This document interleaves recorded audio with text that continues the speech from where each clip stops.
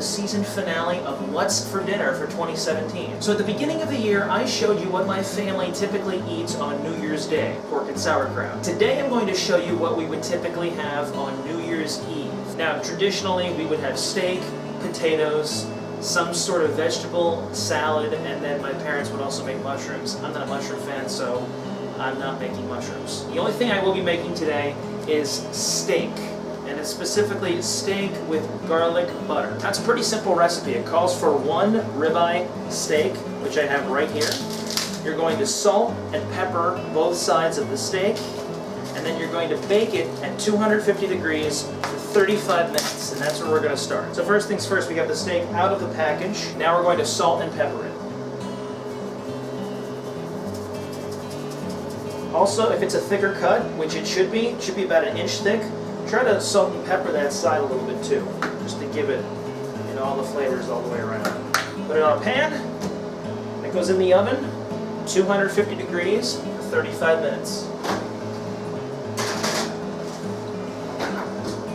So now while that's baking, I'm going to prepare the next part, which is getting a saucepan and putting oil in it so we can grill it, fry it, well, you'll see in a moment. So we're going to get the big saucepan, which I have right here, and we're going to fill it. I mean, the recipe said 4 tablespoons. I might put just a tad more in. Why don't I measure it? I have a tablespoon over here.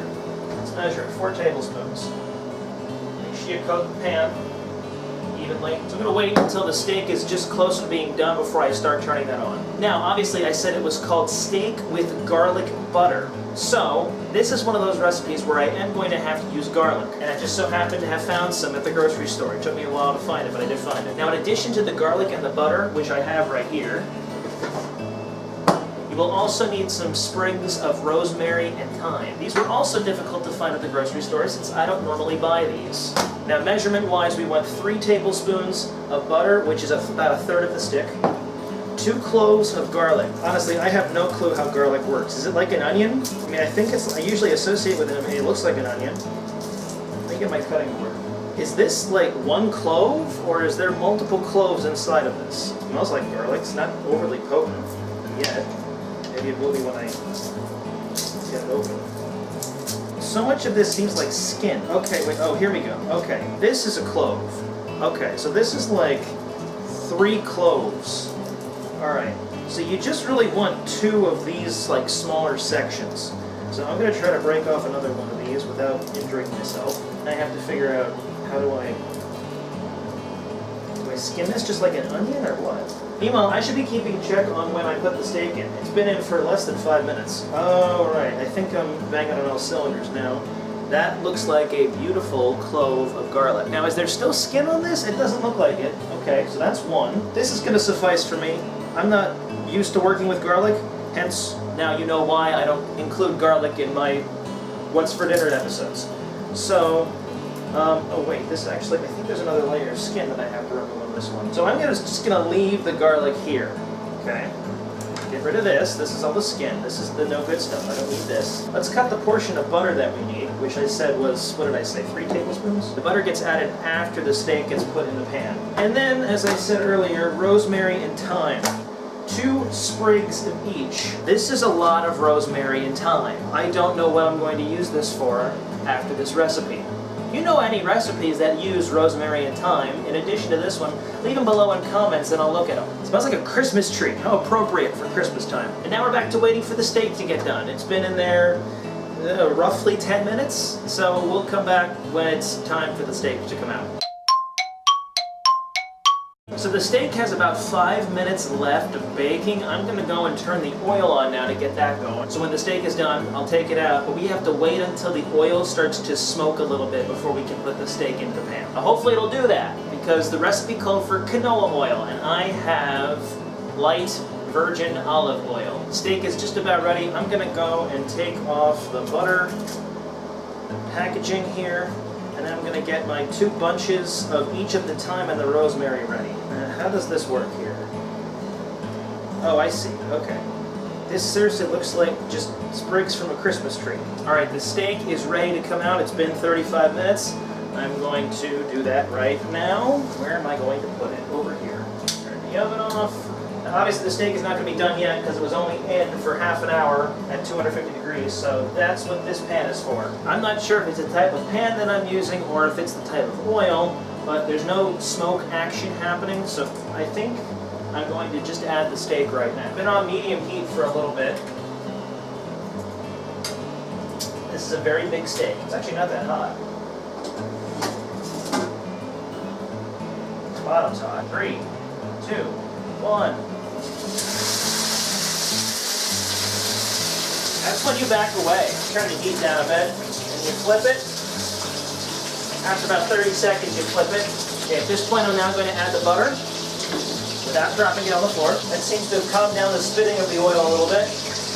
Now we add our rosemary, thyme, and garlic. In no particular order. I would add the rosemary and thyme first before the garlic.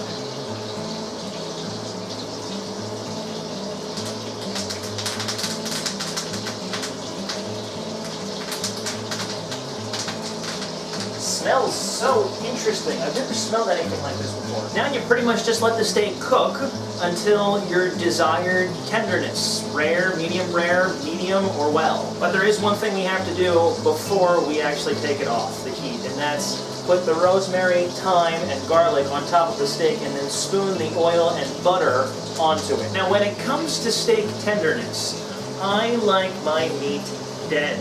I don't like any red, I don't like any of that nonsense stuff in the middle that's going to get me sick. Some of you, and for some reason, I don't know what this is, but medium rare seems to be like this whole big thing that people like their meat medium rare. I don't know why, I don't understand that. Now when it comes to tenderness, rare, medium, and well, the best way to figure that out is by pressing on the steak.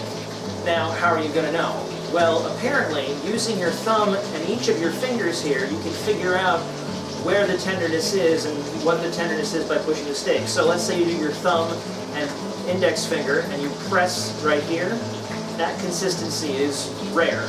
You take your middle finger and thumb, that's medium rare. Ring finger and thumb, that's medium. And then pinky and thumb, that's well. So I'm going to attempt to cook this steak well. We'll see how that works. And you flip it. Now the last part before the steak comes off is taking the garlic, rosemary, and thyme, putting it on top of the steak, and then spooning the butter and oil onto it. Let's see if I can do this here.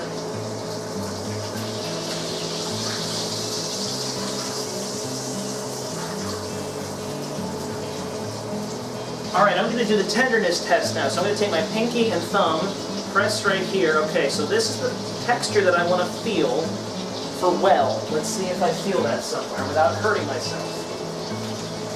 Okay, I don't think this is anywhere near done yet. That's pretty soft. Alright, I'm going to let it cook a little bit more.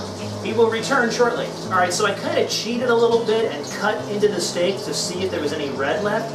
And it looks pretty solid all the way through that there's no red. So I'm going to go ahead and take it off the heat. Now, what the video said was to rest the steak for 10 minutes. I'm assuming that just means let it sit. So I'm going to do that. Clink, and take the steak off and let it rest for a few minutes. Put the steak over here. Rest the steak for a little bit. So I've let the steak rest for 10 minutes. I've cut it up into some pieces, and I'm about to try it. It's definitely well done. It smells good, and I hope it tastes good. Let's see.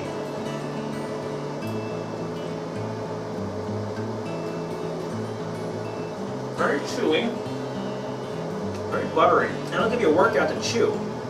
It's good. I don't really taste a lot of garlic though. I could have done that better, I think. Well, I hope you enjoyed this episode of What's for Dinner. I hope you would like this season of What's for Dinner and all the different recipes I've made over the last year.